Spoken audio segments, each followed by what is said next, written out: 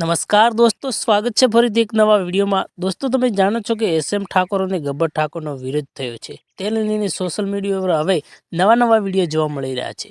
તો એસએમ ઠાકોર ઘણા એવા ડબિંગ વિડીયો બનાવે છે। તમે જોયા હશે કે જે રોસ્ટ વિડીયો બનાવતો હશે તેના ઇન્સ્ટામાં અપલોડ કરતો હોય છે। તો દોસ્તો, હું તમને વિક્રમ ઠાકોરનો એક વિડીયો દેખાડું છું।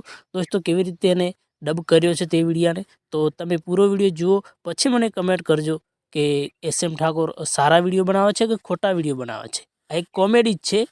રામજી બા, તમે શું તમારી માનું ભાંડું જાર વાઢો? એની મોગાલ એના કરતા મને જાર વાઢવા લઈ દો। હું 2 થેલીઓ પીને તમારી બધી જાર વાઢી નાખીશ એકલો। તમે શું રેડ ઉધાર વાઢો?